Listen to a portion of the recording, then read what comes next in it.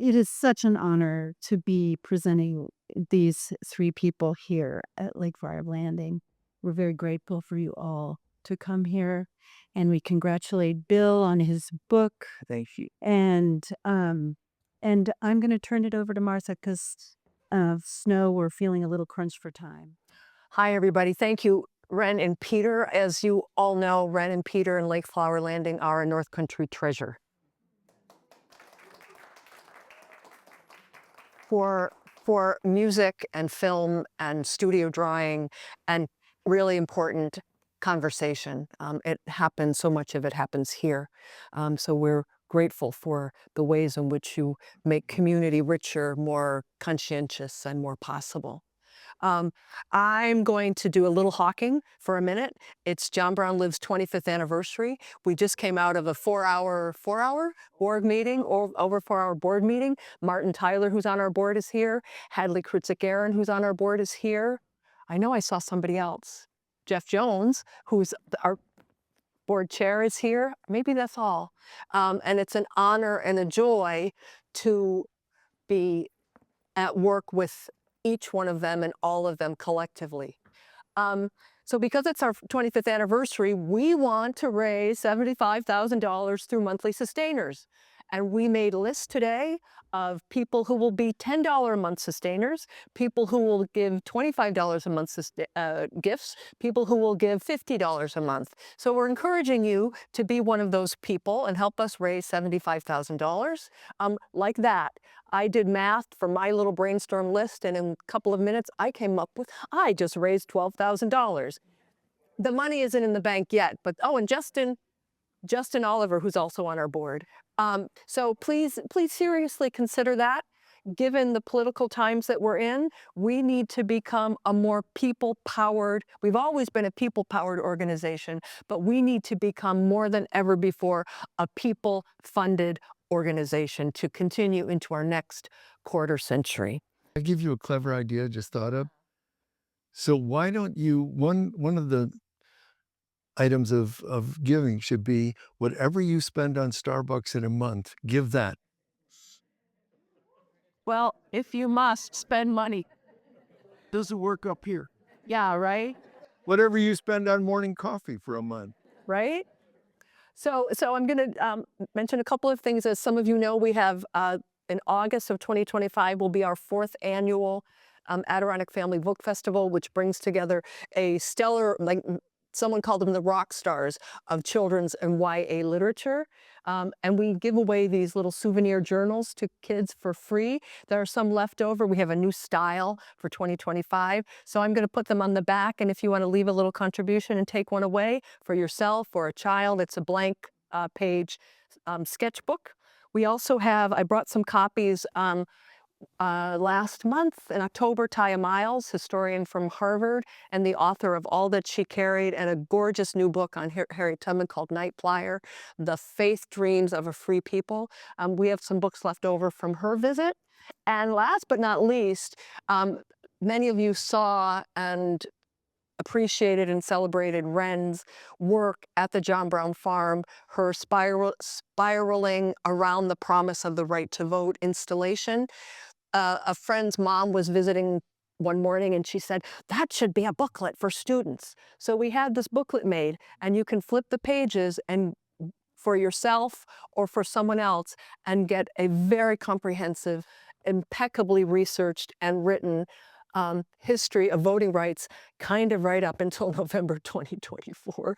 Anyway, but these are also available if you want to leave a contribution. The point is to get them off the shelf in my little office and into the hands of people who will use them. So thank you.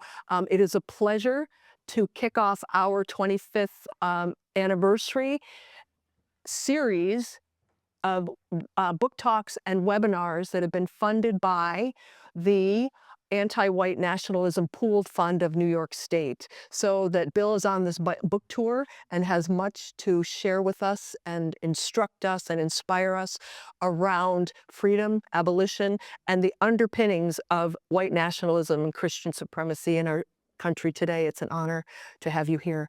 And Jeff is going to say more. Thank you so much, Moses. It's great. Yes, the introductions go on. And I don't want to say anything that'll, yeah, be an interruption. Yeah. Bobby, introduce it. I mean, we pretty much got it covered. I want to thank everybody for coming.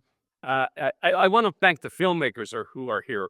We have this wonderful crew, Vicky, Andrew, and Hazel. Hazel, could you raise your hand? Would you mind? They're working the camera back there.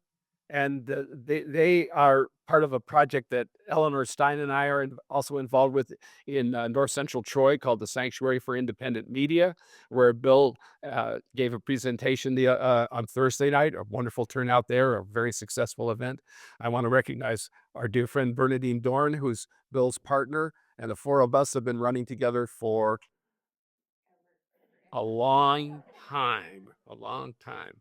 So, not to be away with a point. I will say this, that our John Van Liz board meeting today, which was our annual wrap up, was I had to leave to come here before it was over, and that was after 4 hours.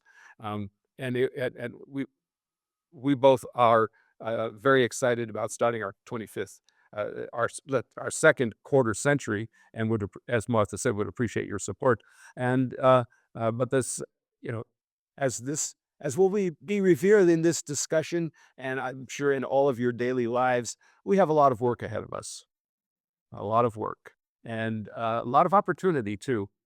And so I want to just start, Bill, by asking you this very basic question, which came up the other night too, which is, how would you define the period that you're in, that we're all in together? How would you define that? You know, I was in conversation with Barbara Smith in Troy, and we were asked that question, and her answer was, to my mind, pitch perfect. She said, "I'll wake up tomorrow. It'll be another day in the struggle." And I think that's an important thing to say. Nobody's, you know, I was thinking of our friends, the rock musicians, Rage Against the Machine.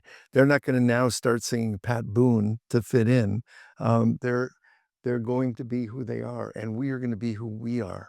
I think this is a period of incredible volatility, a period of contradiction, and I think contradiction is sometimes generative. It's not all bad. In fact, I think that we Americans and Westerners and logical thinkers spend too much time trying to get out of contradiction rather than recognizing it and working with it.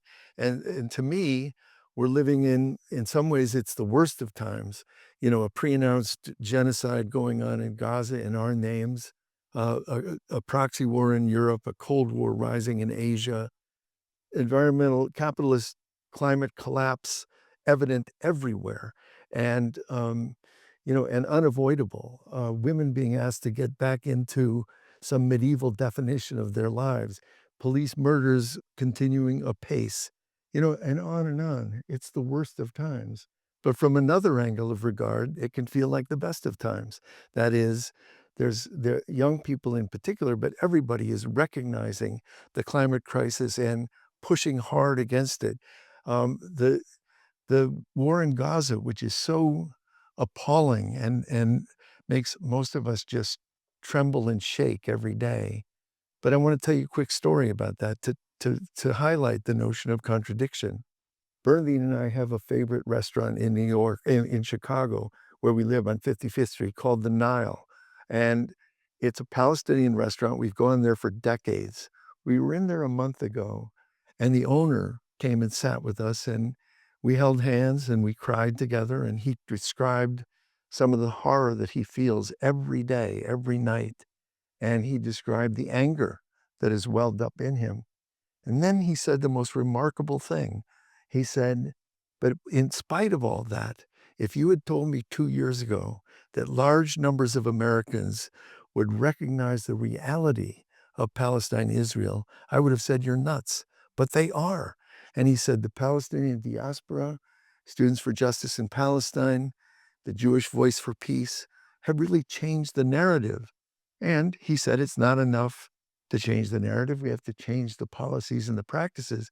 But what a great thing. And for him to say that, facing what he's facing, made us kind of weep, so he's living with that contradiction. We can too. the worst of times, the best of times. I think Charles Dickens would understand our predicament perfectly. A season of darkness and a spring of hope. So I think that we should not wallow in despair. I mean, we can grieve, and there's things to grieve about, but grieving is more of a collective operation, and it's something we can do. Despair is a dead end, so there's no room for despair.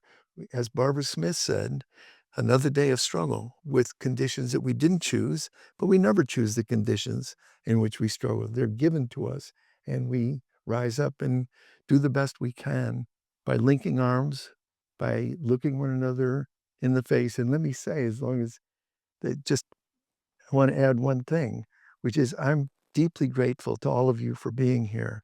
Deeply grateful for my relationship with Jeff and Eleanor going back 60 years, Martha and the work of John Brown Lives. But I have to commend Ren and Peter for creating this public space, because here we are, and we've been traveling all over the country with this book. And I again and again, I find myself in independent bookstores, small workshops, small organizations, and I get nothing but hope from that reality. As the public space is disappearing, as the public is being diminished and erased, a place like this is just invaluable, and we can't take it for granted. We have to support the institutions that give us an opportunity to come together, to face one another authentically, to name the moment we're living in, and figure out how we're going to go forward together. So we are a great, mighty, small group of people who are in the mix. So, Bill, and folks, when you come to a book event like this, you expect to hear the author read from his book. Uh, I'm gonna, in just a second, I'm just gonna read a section that is really important to me, and because it talks, it sort of brings in the question of white supremacy, and this is in fact an event funded as a book event in relation to that subject. So I want to read that in just a second. But there's just a couple of things that I was in such a hurry to hand it off to Bill. First of all, I didn't mention that Bill and Bernadine have been sustainers of John Brown Lives. So, and for a long time. So you'll be in good company.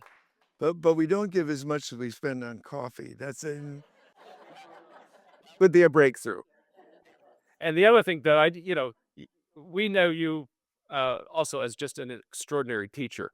I mean, our adult children now were in a daycare center that you were where you were teaching, and now you're teaching teachers not only at the University of not University, but University of Illinois Chicago, where you were for many years, but now mostly in prison. I mean, you're teaching people in prisons in Illinois, doing incredible work. So I just want that on the record as Bill's day job.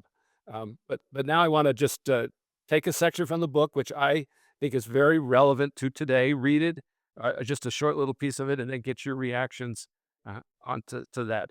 Um, Areas to freedom and liberation arise on the level of personal liberty and on the level of collective freedom. The resistance exists on both levels, and the test of success can be measured on each level as well.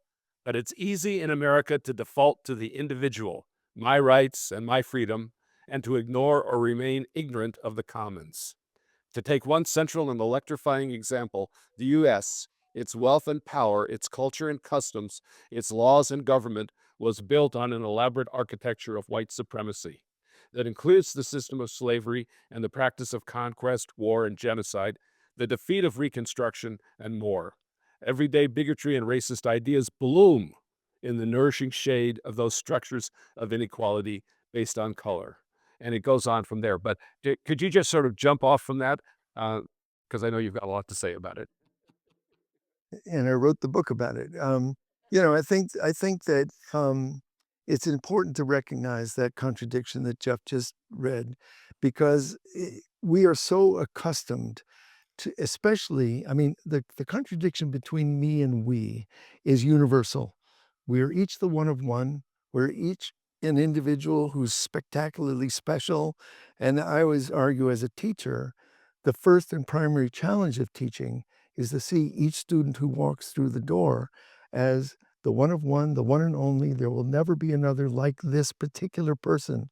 And therefore, you have to treat that person with awe, respect, reverence, because there'll never be another. So don't, paint them with their deficits or stereotype them. At the same time, we are each one of the many. And that's true when kids walk through the door. We are each just like every other. And there's something difficult about holding that contradiction in your mind, but it's an important contradiction to hold in mind. We were each born, we've each tasted joy if we're lucky and sorrow for all of us, and we will each die. We share a human culture, and keeping that in mind, the one of one and one of the many, is a hugely difficult contradiction, but something that's important. The me-we contradiction was pretty decisively defeated around 1980. And from then till now, we've been all me and no we. And you can hear it in the language again and again. There is no commons. You think of Margaret Thatcher as saying, there is no such thing as society. There's no such thing as society. We're all on our own. And it takes the form in every dimension you could think of. I'm thinking of education. There's no public school. There's no ideal of a public education, but rather education becomes a product to be sold at the marketplace. Public health, stay healthy and, buy as much insurance as you can. Public safety, own a gun. The idea of a public is disappearing or has been disappeared. And I think that not completely, but that's what we have, part of what we have to fight for. The question of racism, it's so easy to devolve. The word means several things at once, but racism in its common usage means individual bigotry, stupidity, reactionary backwardness. So we all know that Cliven Bundy, the rancher in the Southwest, he's a racist. Donald Sterling lost his NBA franchise because he's a racist. He said the N-word. But meanwhile, the mayor of Chicago, who closed 50 schools in a black neighborhood and covered up the police murders of black citizens, he's not a racist because he never said the N-word. Donald Sterling was a slumlord. That didn't get him into trouble. It was being taped saying a terrible racist slur. So we end up in this kind of weird place where we've identified the problem as individual, and therefore we seek solutions that are individual. We want to make you a less racist person, person by person by person, and we have unlearning racism and all this. I'm not against that, but it identifies the problem in a very strange place or a very individualized place. And that means the solution will not solve the actual problem because racism is also structural, institutional, historic, cultural, and it's embedded in law and culture and practice. So unless you see that, and it takes me to another place, which is if we had lived in the days of slavery, of chattel slavery, whether we were involved in that institution or not, whether we were literally owning other people or not, we were entangled in slavery because the whole country lived on slavery and the economy and everything was at its heart standing on a pyramid of black bodies and stolen labor and so on. So no matter who you were in those days, if you weren't consciously opposing slavery, then you were participating in that institution. The same is true today. We can hide from certain things, but if, for example, mass incarceration is a social problem that's very much defining of the era we live in, then what are we each doing to not only change that narrative, which has been changing, but to do something to change policy and practice around that racist institution? The same with housing, the same with healthcare, and so on. What are we doing to identify and change the structures? Because once the structures are changed, we have a great release of energy. When slavery was done, most of us, most of the time, I think, act conventionally. We do what is normal. Most Greeks act like Greeks. Most Spartans act like Spartans. Most Americans act like Spartans. We can say to ourselves, we're good people, but the reality is we're conventional people, and convention is different than being an ethical person. So going along with slavery is itself immoral, or being indifferent to slavery is the opposite of being moral.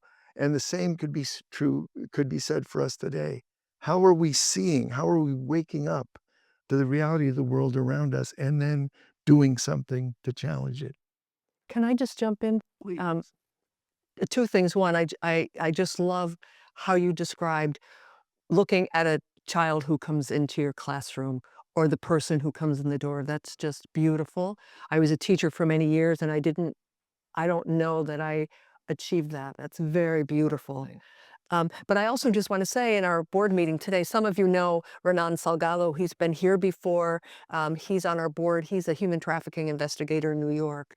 And as part of our conversation today, he asked more than once, and I'll put this to you, what would slavery look like today? Well, I think, we make a mistake when we describe the period of chattel slavery as completely unique and unlike anything that came before or after. It's got unique aspects, but yes, there is slavery today, and human trafficking is one obvious example, but mass incarceration is such a clear example. We're a lot of us are kind of pushing the Biden administration to take its last moments and pardon people, let them out of the cage. Leonard Peltier has been in for 50 years, 50 years. And you could say, I don't, I'm thinking of some of my students. Jeff mentioned that I teach at Stateville Prison. I teach memoir writing. And my students often make the case that there are some people who are wrongfully convicted, and we should do something about that. There are some people who are guilty of the crimes they are charged with, but they're wrongfully sentenced. 50 years? It's just astonishing. Most people in the federal system who are charged with what Leonard Peltier was charged with and convicted are up for parole and are paroled within a decade. He's in 50 years. So what is the point? The other thing that I often think of when I think of structures of white supremacy and structures of racism, but they always are they're always abetted by kind of rituals of humiliation and rituals of cultural degradation. And so one of my students who actually just got out was sentenced 30 years ago to 600 years in prison. That was the sentencing judge statement. You're going to do 600 years. Why would anyone do that? What was the thought behind that? And again and again, when my students go up for commutation, we don't have parole in Illinois, another thing that we're struggling with. But when they go up for hearings, the thing that's so astonishing is that the narrative goes right back to what happened 30, 40 years ago. There's no willingness to say anything about the last 25, 30, 40 years. It's all what happened then. And some of it is pretty gruesome, but none of it is completely relevant to what we're talking about today, right? So I was very fortunate. I teach this memoir class, and I have these students who are amazing. And one of our dear friends who's gotten out, he did 38 years in prison, 12 on death row. And he always says a couple things. He says, I love the Second Chances program. I think that's so smart, but I never had a first chance. And neither did any of the folks I knew on death row. I was illiterate. I was homeless when I went to prison. And the other thing is I love the Innocence Project, but I was guilty and still I'm human. What are you going to do with me? And he did work his way out. He was actually the only guy I know in Illinois who was commuted twice. Once he was taken off death row by Governor Ryan, and once he was let out of prison by Governor Pritzker. But, these folks have contributions to make. They have communities to serve. And the idea that somehow this is a way that we're going to be safe or that we're going to flourish, two other quick notes on that as long as I'm thinking about it. One is that our Governor Pritzker, who's a liberal guy and wasn't bad on criminal justice issues until his vision was clouded by presidential ambitions, and then he got a little wacky. But he's still a good person. He announced 6 months ago that he was going to close Stateville Prison, and it's a medieval dungeon, and it needs to be closed. And we celebrated that. And then put in the budget $1 billion to build the state-of-the-art prison. And my students went nuts because they said, Jimmy Soto said, I know who that prison's being built for my grandchildren. And why would you spend $900 million on a state-of-the-art prison if you really grasp the concept of the new Jim Crow and mass incarceration? Why wouldn't you say, let me invest in the front end? So our daughter-in-law, who's a genius poet and novelist, she did the greatest thing in response to this. She started a project where she goes into high schools and teaches kids how to write haikus. And the form of a haiku, is it 858, something like that. And she taught the kids to write haikus, and then she gave them this prompt: if you had $900 million and you wanted to make Illinois a flourishing and safe state, what would you do? And I wish I'd brought a stack of the haikus. They're utterly brilliant. No one mentions the prison. Nobody. I mean, there's parks, and there's mental health clinics, and there's drug treatment, and there's jobs, and there's homes, and there's healthcare. Nobody says a prison would make us safer or more flourishing. And that's from the minds of high school kids, right? It's so obvious. And yet we haven't, again, moved from changing the narrative to changing the reality. And to me, Martha, that is an example of the afterlife of slavery, white supremacy. We went from slavery, did away with slavery, then we had the Black Codes, and then we had Reconstruction, but we also had the counter-revolution against Reconstruction, the regime of lynching and Jim Crow. And then we had a third American Revolution and did away with Jim Crow, and now we have mass incarceration. And what evil is lurking in the future, that will continue that tradition? And how do we interrupt it, challenge it, and stand up against it?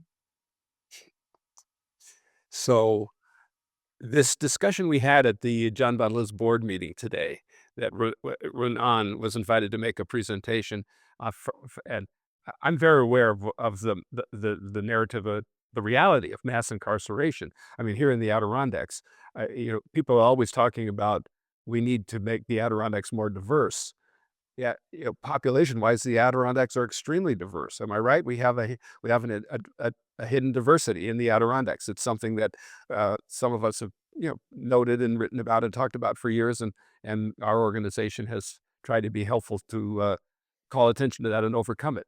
So the mass, and of course I don't want to say too much about myself, but I work down in the Capitol. I represent environment and clean energy and social groups, and I've been there long enough to have actually witnessed the deal that Mario Cuomo cut with Ron Stafford to increase the number of prisons in the Adirondacks to create jobs up here, and that's just a reality of an example of the political structure that has led to mass incarceration. Renan today at our meeting put another vision on the table, which I had never thought about, which is the whole debate about immigration and the immigration crisis and how that's going to play out as soon as the new administration takes power. He described it as a cover for a new kind of an escalation in an existing kind of slavery that impacts immigrant workers. And this is something for us all to be aware of and thinking about, so that when the new administration comes in, there's going to be a lot of horrible things, especially down on the southern border, and lives are going to be destroyed, and families are going to be separated like they were before, and people who are in a position to fight back against that should be part of that fight back. But at the same time, like up here in New York and in rural communities across the country, actually people are not going to be deported, but and I can't put all the nuances on what Renan was saying. We should have him back up here to educate us some more. But that's actually creating an unpaid or extremely low paid workforce that does not have access to resources, places to live, affordable housing. It is creating he referred to it as a new form of slavery. So I just want us to be aware of that, and I feel like your book and your discussion opens up all kinds of areas like that that we need to talk about and be aware of, and this is a new one. Yeah. Well, I mean, I think that's, I don't know, people are, I was saying to Jeff and Eleanor earlier, I think that a lot of us are speculating about the world we're walking into, and we don't know. Nobody really knows what's going to happen, how it's going to come down. Many of us have experiences that we've had in the last month that are telling. For example, a friend of ours called us the day after the election crying. She's a refugee from Chile. She came here with her parents when she was 7, and they lost everything, their apartment, their bank accounts, their jobs. And she said, my sister and I are not citizens and we're freaking out. We lived this 50 years ago. Now, what's going to happen? And then I went to the doctor later that day, and the kid who took my vitals was a DACA kid, and she was weeping. So I think we need to be aware that while some of us are not immediately touched, we are all touched. And since we don't know what's coming, I think we should be, again, very grateful to Peter and Ren for having a public space where we can talk. We should be in conversation with one another um, all the time about, what is likely to come. But I also think that it's important that we don't, one of the things that I think is operating right now is that all the noise and all the insanity is not a mistake. It kind of keeps us off balance. I mean, you spend your time just gasping, and you look like the Scream, like, oh my God, not that. Yes. The richest man in the world is put in charge of trimming social safety nets for everybody else. Wow, that's incredible. So we're all gasping at that. And meanwhile, all this other stuff is happening. I do think this, though. I think that if we spend all of our time staring at the sites of power that we don't have any access to, including Wall Street and the Pentagon and the White House, and it makes us feel powerless. And if we would spend more time being smart about looking at the sites of power we have absolute access to, the community, the street, the workplace, the house of worship, the school, the classroom, that's power too. And when I think about social change in this country, I can't think of a single instance of fundamental social progress that didn't happen because of fire from below. In other words, it's also true that real politics plays a role. But if you think about some of the things some of us lived through, and even going further back, Lyndon Johnson was a cracker from Texas. He was not a civil rights leader, but he passed the most far-reaching civil rights legislation since Reconstruction. How did that happen? Fire from below is how it happened. And a mighty social movement that was irresistible came into being. And Johnson was in place and an effective politician. He did the right thing, not in the Vietnam War, but, but in terms of civil rights legislation, right?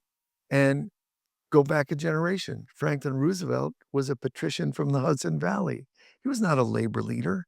These ideas didn't come full blown from his head. I have a picture of Eleanor Roosevelt hammering the guy, but I don't know, But what I do know is there was an irresistible social movement, a labor movement coming from below, and he responded effectively, brilliantly in some ways, but it wasn't in his own mind. It didn't come full blown from his own mind or his heart.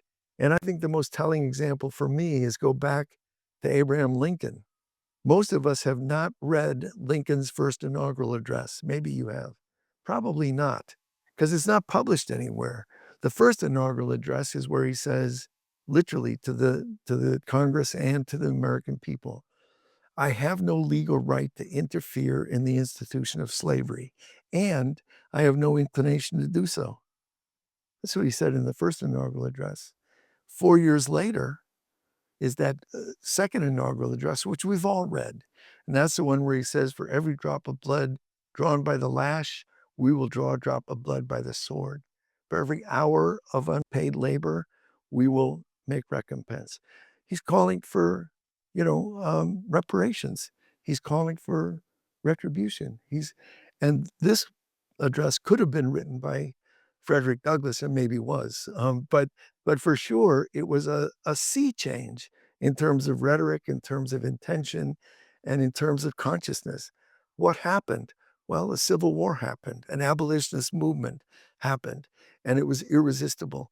So I think our job, whatever else we do, is to stop spending so much time looking at power that frightens us and that oppresses us, and look to the power of each other. There's a lot of talk about where are the guardrails. We are the guardrails, and there are no others. And so I think that we have to take that seriously, arm in arm with one another, before it's too late.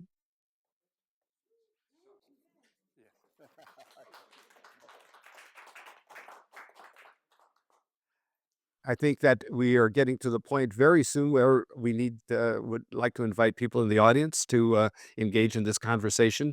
I'm just going to say two things, and then we can continue. But anybody who wants to say anything and take the conversation forward will be very welcome.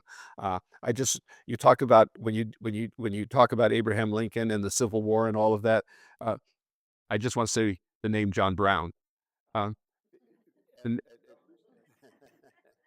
and we don't need John Brown, um, Harper's Ferry, the historic site here in New York that for many, many years, none of us even knew existed. So, uh, in a sense, we have and I'm going to say another thing too, which is that we are now beginning the process leading up to 2027, which is the 200th anniversary of the abolition of slavery in New York. And we know, and we've all been to meetings and uh, and are helping develop a response at the state level to what this history stands for. But what Martha and I and others are afraid of is that it's going to become just a celebration of the role that New York played abolishing slavery in 1927. The history is so much deeper than that. It's so much more complicated. And again, Renan took it to a whole new level today when in his presentation about the extent to which slavery still exists today. So that's going to be a part of what we're going to talk about. Bill, before I hand this back to you, because I see you want it.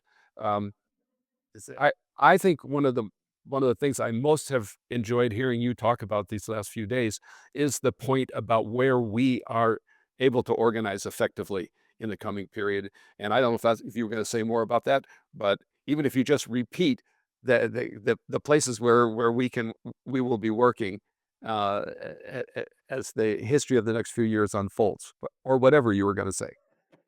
Well, when you were saying the history is deeper and more complex, I think that's absolutely right. And I think one of the things that all of us need to do more often than we do is deep study, serious inquiry, curiosity, never thinking that we've got to the end of things. I think there's a rhythm to being an activist and a rhythm to being an organizer and a teacher and a moral person and a good citizen or resident. And it's easy to say, but hard to do. But the first requirement of being an activist or a moral person is to open your eyes. You can't be an activist, an effective activist, without knowing the world around you. But it's not that you can wake up once or open your eyes once and put it on automatic pilot. That leads to dogma and stupidity. The world is churning and changing, and so are you. So we have to open our eyes again and again and again. And so we have to every morning, as Barbara Smith said. But then the second step, again, easy to say, harder to do, is to be astonished at the beauty, the ecstasy, the joy in every direction that human beings have created, and also the unnecessary suffering and the unnecessary pain that we visit upon one another. And I've said to Bernadine many times, if I ever get used to seeing homeless children in Chicago push me off a bridge because I don't want to get used to it. I want to be hurt every time I see it. And so I think that we have to be astonished in both directions. And then the third step is we have to act. And acting is, sometimes my students say, I can't do everything. No, you can't. You can do something. And something is where we start. So we do something and then we doubt or rethink or recalibrate. And I think that's a very important step. So pay attention, be astonished, act, doubt, repeat. That to me is the rhythm that I hope to live by, and I hope we all live by.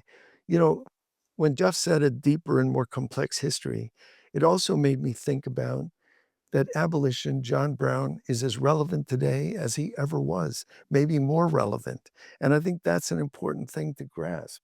That, people say to me, well, in the title of my book, Abolition is the Answer, I have a cute story in there about a 4-year-old kid whose mom is a friend of ours, and she was reading him a book about the pipeline in Indian country in North Dakota and the grandmothers who were fighting the pipeline. And the 4-year-old said, at the end of the book, I want to join the grandmothers on a picket line. And she said, what will your signs say? And he said, it'll say no pipelines. It wouldn't say build the pipeline somewhere else or, try another endangered species or carbon payoffs. No, no pipeline, a natural abolitionist. But I think that we act as if abolition is something that happened long ago and far away. It's not that long ago, actually. And we always think of the abolition of slavery. And one of the things I love is the growing canon of texts about abolition. And my little book is just part of that canon. But Angela Davis, Beth Ritchie, Kanga Yamada Taylor, um, Kelly Hayes, there's a growing body of work about what abolition could mean. And last time I was with you at John Brown's farm, I think it was Nell Painter who had this little mind experiment, which I've stolen and used ever since, which is she said, imagine that the 30 of us were abolitionists in 1850, and we're having our little meeting at Peter and Wren's place. And we know, because we're abolitionists, we know that we're against the founders, we're against the Constitution, we're against the law, we're against our parents, we're against the Bible and our preachers, because they all think we're nuts, and there are only 30 of us, right? And yet we get to work. This is our position, abolition of slavery, and we make media, and we write leaflets, and we knock doors, and we support certain candidates, and we build an underground railroad. We'll put Eleanor and Jeff in charge of that, and we get busy in the work of abolition. But we also know that slavery is so entwined in the economic and social reality and cultural reality of our country that it's a North Star. It's a long shot. And who could have guessed that 15 years later it was gone? It was abolished. How did that happen? Well, it happened because of the energy for it was, of course, self-liberating enslaved workers. And the abolitionist movement never stepped back, never stepped down, and kept going. So that story makes me hopeful about us. And I want to add one story to it, which is, well, there's a couple of aspects to it. We abolished death by execution in Illinois 20 years ago this month. We abolished death by execution. My students make me always say death by execution because death by incarceration still exists in Illinois. No possibility of parole, no route out. Leonard Peltier, death by incarceration. Um, but but we abolished something, and if you'd told me 30 years ago that we could do it, I would have said you're nuts. Illinois has no appetite for abolishing the death penalty. Those are the worst of the worst. The narrative is fixed and it's solid, and those folks need to die. Interestingly, we had just moved to Chicago when the death penalty was reinstated, and the state decided to execute John Wayne Gacy. You may know the name or you may not, but he was the poster child for why death by execution is a good thing, because he was a mass murderer and blah, blah, blah. But Bernadine and I were fairly new to being back in our home, Chicago, and we didn't know a lot, but we did know that on the radio and in the papers and in the public space, people were so excited to execute John Wayne Gacy. It was just thrilling to people, and it made us sick. We weren't part of anything. We just felt diminished by the fact that the state of Illinois was going to kill this guy and be happy about it. So we drew straws, and I won. She put the kids to bed, and I drove to Stateville Prison. And I had a little sign that said, "Thou shalt not kill." And unbeknownst to me, when I got there were 2,000 young people in pickup trucks with boom boxes and beer, ready to celebrate the execution of the monster. So I put my little sign under my jacket so I could get to the front of the prison intact. And when I got there, there were 9 elderly nuns, 2 lawyers, and me, holding candles and singing freedom songs. And if I've ever felt marginal, that night was a night of feeling tremendously marginal. I also felt glad that I did it. I felt glad because the calculus of activism isn't always success. We want to succeed, but I didn't think I was going to stop the execution of John Wayne Gacy. I just wanted to say, here I am with my flag planted. I do not go along with the state of Illinois killing anyone, and I'm against it. So I went home. We went on. One of the lawyers standing next to me was a colleague of Bernadine's at Northwestern Law School. He won the first wrongful death suit a year later. And from there, the snowball began to roll. And it was exciting to watch. But who was driving it? Who was driving the struggle to get rid of the death penalty? Just like the self-liberating enslaved workers, the guys on death row were driving it. A guy named Stanley Howard, who's become a good friend of ours, started a law school class on death row. He convinced the warden it wouldn't be bad if the guys studied the law. And in studying the law, a public came into view. That is, they didn't know this about each other, but they realized that several of them had been tortured in Area 2 Chicago into confessing the crimes they hadn't committed. They then formed a group. Stanley told us he was originally going to call it the John Burge 10 because Burge was the police detective who tortured him. He said didn't have a ring to it. So we called it the Death Row 10. And the Death Row 10 became a political force. That led to the mothers of the Death Row 10, who began agitating all over the state. And that led to student groups and church groups that said the death penalty is barbaric. We cannot have it in Illinois. And we had a radio show called Live from Death Row, in which Stanley or Ronaldo or Frank would call a phone number and we would put it on a broadcast system in a room like this, or a church, or a classroom. And Live from Death Row was broadcast to the people of Illinois. Holy cow. And damn it, 6 years in, the death penalty was gone. And I think that should give us courage. That should give us inspiration, because it's not the case that the way things are is the way they must be. It certainly is not the case. And not only are things churning and changing, but we can be the change. And we all know that on some level. And a story like the Death Row 10 inspires me to get up every morning and say, maybe today we'll overthrow capitalism. And then I go to bed a little disappointed, but then I come a little, but I come back the next day and say, maybe today. And there's a reason for that, honestly, which is, and I've told Jeff this many times, but I'm often accused of being an optimist, which is not true. My mother was an optimist, and I often say Karl Marx was an optimist. My mom and Karl Marx had determinism in mind. Everything will turn out okay. The pessimist says everything won't turn out well at all. They're both determinists. I instead think of myself as a hopeful person because I don't know how it's going to turn out. I don't know how it's going to turn out tomorrow, next month, or next year. And because I don't know, I want to choose a politics of hope and get busy in projects of repair and revolution and see what we can do. Bernadine and I had dinner maybe 20 years ago with the great Uruguayan revolutionary, Eduardo Galeano. And Galeano, who wrote Open Veins in Latin America, a must read. But we were chatting about being accused of being idealists and romantics and optimists. And Galeano told us a story. He said, somebody said to me, what good is utopia? You're a utopian thinker. What good is utopia? And Galeano said, well, it's true. I take 2 steps towards utopia and utopia walks 2 steps away. I walk 10 steps towards utopia. Utopia walks 10 steps away. So what good is utopia? Galeano's answer, it's good for walking. And I think that's true. I think that you have to have a North Star, a goal, a hope, an aspiration, and not a fixed point, but a process toward a dynamic, changing, moving point.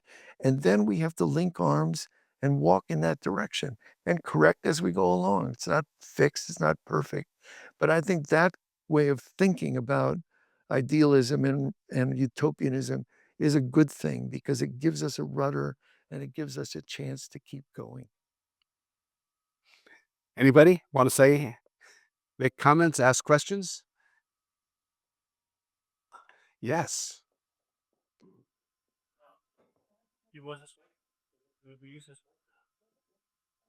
You don't have to talk into it. It'll pick you up. The whole room to hear you. You could use that. All right, this spike. Do you care where I stand? Not at all. Okay. Put your back to us. That's fine. Hi, I'm Fred Balzac. I live in Saranac Lake. I'm old enough to remember the late 60s. I didn't really study the Weathermen that closely, but I did do some studying of Abby Hoffman, and who I actually met once. I'm involved with a Democratic Socialists of America group here in Saranac Lake, High Peaks DSA. Recently attended a meeting of Shama Sawant's workers strike back group. I was just curious what you think about the real left that exists today and what their chances are of actually growing and becoming the kind of force that, the Weathermen and other groups in the late 60s were. Thank you very much for that, Fred. If you want to study the late 60s or any 60s, I recommend the podcast Mother Country Radicals. Now, some of you are older like me. I'm 80 this month. But so when I say a podcast, you're saying, how do I see a podcast?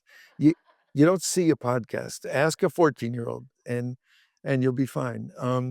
But Mother Country Radicals is a piece that our oldest son did with administrative and creative help from your oldest son.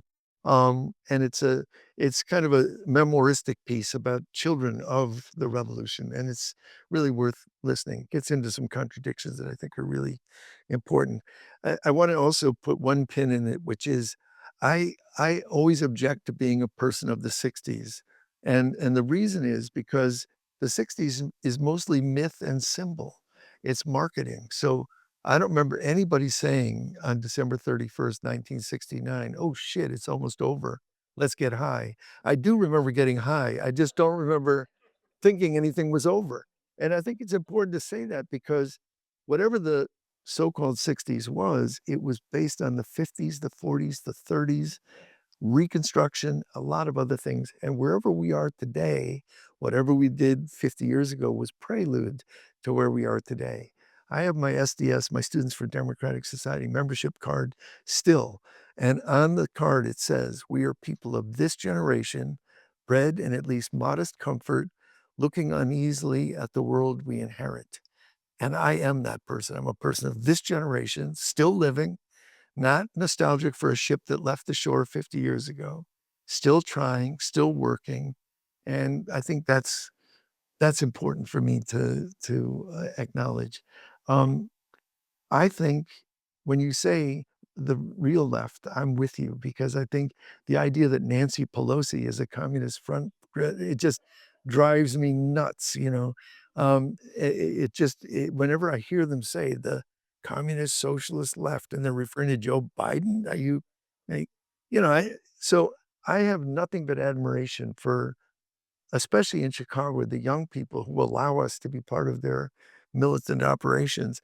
But for the people who are trying to organize, whether it's Workers' Family Party or DSA, these are or the dissenters or Jewish Voice for Peace or a lot of other organizations which are trying hard to create a new narrative and a new force that can be that dynamic fire from below. And I've attended a couple of DSA meetings, especially when our youngest son ran for for district attorney in San Francisco and won.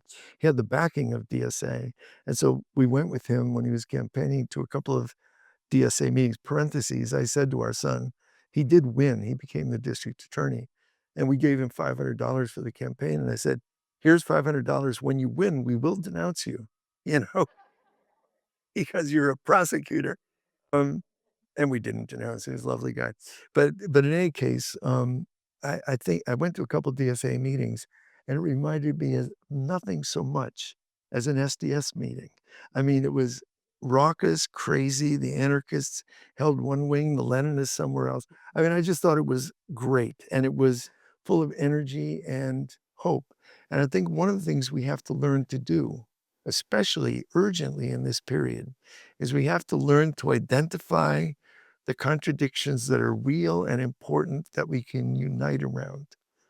And we can hold on to our own visions and our own North Stars, but we have to find unity in opposing an avowed fascist government. It's not a fascist country. That's way beyond what it is. But it is somebody. What killed me, honestly, was the whole campaign, especially as it ratcheted up.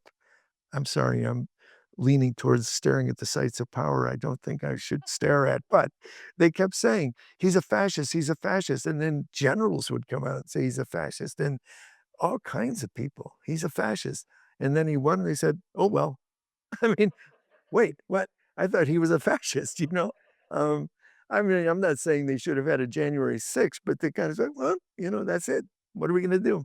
And but here's what I think really happened and why I wanna absolutely put an exclamation point behind your aspirations and your work is because I think that we've had a bunch of instances, especially the last 3 or 4 national elections, where the people who ran as anti-establishment won. And the Democrats, to their great shame, they Trump was putting forward an idea that we're facing an environmental crisis that's the end of human life on Earth. We're facing a governmental crisis. We're facing a crisis of meaning and purpose and the end of empire. All these things are what people are feeling. And what was the response? Let's stop Trump and then we'll figure it out. Not good enough. But ESA, Working Families Party, dissenters, and others can actually create a vision of what we ought to have. One last word on that. I don't know if you've read Project 2025. Don't read it. It'll drive you blind. A close reading will drive you blind. But I read the education part. And one of the things I think we should all note, it was said all through the campaign, this is a program for Trump's second term. That's way, way too modest for what it really wants to be. It's an organizing plan for 4 decades. And the education piece couldn't be more telling because they are predicting and fighting for and organizing around the end of public education and the end of universities as sites of free inquiry. That's the goal. And we shouldn't miss that because it's not, oh, now we got Trump and they'll try it for a minute and it'll go away. It's not going away. And the fact that 57 organizations wrote it should also tell us something, which is why don't we have 57 organizations working together to try to figure out what is our bottom line? What do we really see for education? I know I want to be part of drafting the education piece, and I know lots of people, good people, who should draft the peace piece, and I know Jeff and Eleanor should be involved in drafting the environmental piece, and others of you. We act should be involved in the environment, but I think we could do it, but we can't do it alone. And this is something that we have to figure out and understand and get with. Someone else had a come in. Do you want to take this or no? I'll try. I'll try not. I just wanted to add to press groups, woman and the misogyny that is just lamping us and and so the potential in slavery. Women can't cross state lines to get the health care they need, let alone in their own state. So I just want to make sure listing uh, oppressed groups that we not to get the the road that is being laid.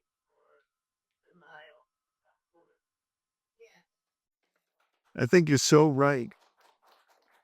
You're so right. And when I mentioned the worst of times, I did say women being put into a medieval box. But it's also important what you're pointing to, which is that just as I say, it's the worst of times, it's the best of times in the sense that women across the political spectrum are refusing to be put in that medieval box. And when you talk about being unable to cross state lines, laws that say, laws that effectively say, the state is telling you, you have to have a baby. And afterwards, we have no responsibility, but you must.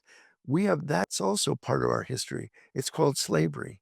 In, you know, reproduction as in an industry was a big feature of slavery in its last decades. Huge. And then on the other side of that, we have the right to take your child away if we think you're bad or incompetent and so women, I think, but what gives me hope is the unwillingness in places like Kansas of women to say, that's okay.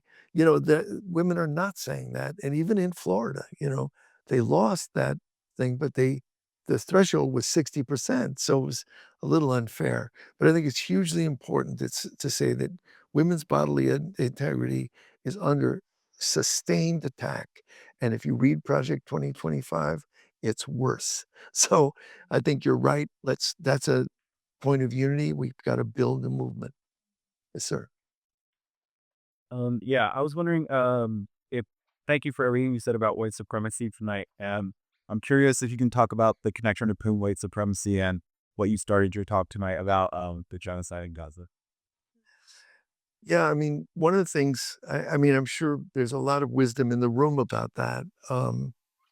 I think that one of the things that is striking about Gaza is that not only does it show us that settler colonialism is not an historic artifact, it's an actual thing happening. And there's no way to conduct something like that, um, without saying that some human beings are disposable and not worthy. So we have a new ambassador to Israel in Mike Huckabee, who says there are no Palestinian people. We have Donald Trump, the president, who's saying, I want Netanyahu to finish the job. And on the other side, Rashid Khalidi, who's written some of the most brilliant work about, he is, the preeminent historian of Palestine working today. And he points out that Israel has created for itself a box that it will not be able to get out of because it insists that these people don't exist. And one of the things Rashid pointed out in a recent article is that the people of Israel don't see what you and I see. The people all over the world we don't see it as clearly as we ought to because the press is being murdered and the press is being expelled and the press is being suppressed. But no one in Israel sees the things we see. And that's staggering. And Rashid was saying the tragedy of that is the Israeli people have no idea how isolated they are in the world, that the whole world condemns what their government is doing. But I think that is based firmly on white supremacy. Part of the link between the United States and Israel, a lot of it is political and support for empire and all that. But I can't help but think a lot of it is cultural and emotional. We know if you read anything about what's happening in the West Bank, that's our history. That's what we did. So you send in settlers, they're just showing up, bringing their wagons and their cars and their things. And then you have some brown shirts like the Texas Rangers, you know, you know, irregular forces, and then you have a state that won't charge the settlers or the brown shirts, won't charge them with crimes, won't hold them accountable for things as basic as murder and rape. And so that's the situation we're living in. Is it white supremacy run amok? It is. It's settler colonialism, raw and current. And I think we should see it that way. One last word about Rashid Khalid. Did you all see that Biden bought his book? Did you see that? So Joe Biden, a big deal huh? Well, that's what Mona said. It was a big thing in the New York Post coming out of a bookstore in Nantucket holding Rashid's book, 100 Years War Against Palestine. And as Bernadine says, it was a little late. But what was amazing, and his book, starting October 7th, has been on the New York Times bestseller list on and off for something like 52 weeks. It's astonishing. Anyway, I hear you, and I think you're absolutely right. White supremacy is in full force in a genocidal war. Some human beings are expendable. And by the way, when I say genocidal war, I'm not being rhetorical. It's a pre-announced genocide. You can go back and read the statements by the Israeli government right from the beginning. We are going to starve them. They will not have fuel. They will not have medicines. This place will be unlivable. All is coming to be and coming to pass. And we have a huge personal and collective responsibility because it would not be possible without the money and the political support that our government gives us. And I think we're entering a very dark period for the Palestinian people, darker even than it's been. And we have to rise up. Are you familiar?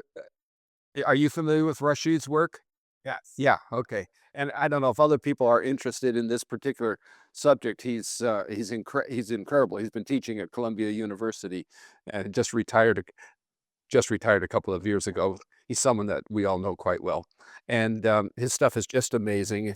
It is good that Biden picked up a copy on Nantucket, but um, if you if you see Portside, if you get information from that particular news source, there's some reprinting a really interesting interview of a meeting that Rashid had on the Upper West Side of Manhattan earlier this week with 60 members of the Jewish community, including Orthodox, who mostly who wanted to get together and hear from a Palestinian spokesman. And they had a dialogue that went on for hours, and it's very well written up so keep an eye out for that, especially if you're concerned about this. And I think that you're going to say one more thing, and then we're going to wrap up and move to another stage, the book signing stage. Yeah, I didn't interrupt you because I want to talk about the episode, A Day in the Life of Episode. That's what it says. We're on the same wavelength. Well, I was going to say, I'm so shocked. We've been together 53 years, and I'm still hoping it's going to work out, but because you never know.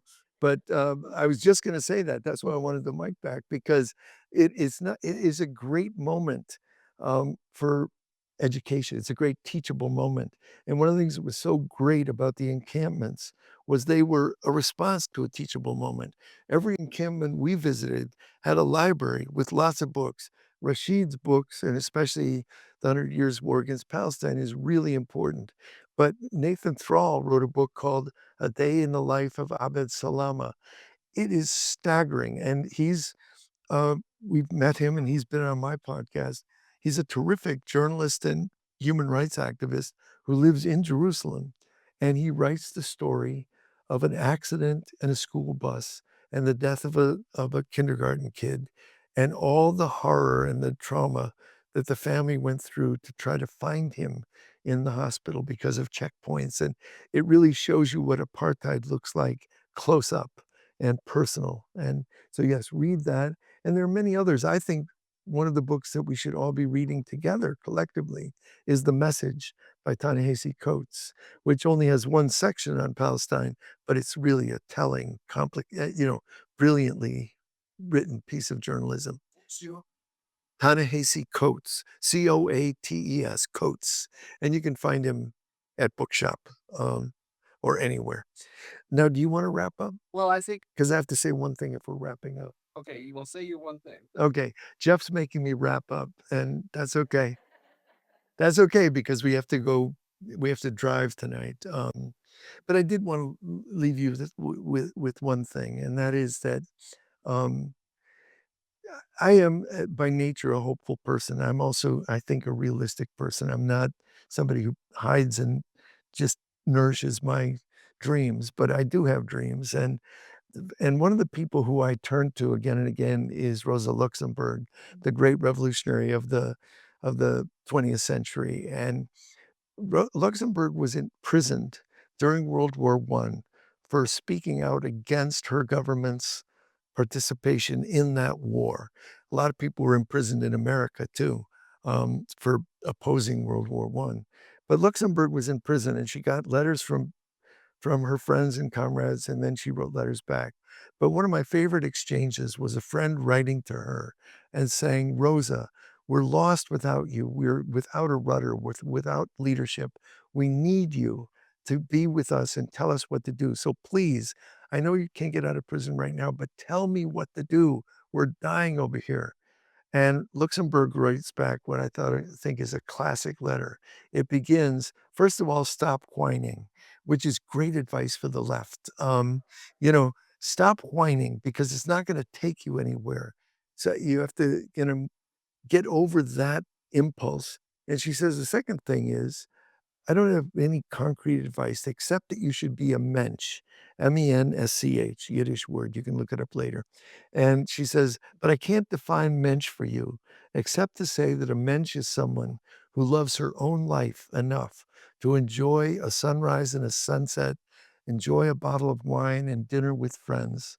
But a mensch is also someone who loves the world enough to put her shoulders on history's wheel when history requires it. That's my advice. Love yourself, love the world, be a mensch. Thank you all for coming.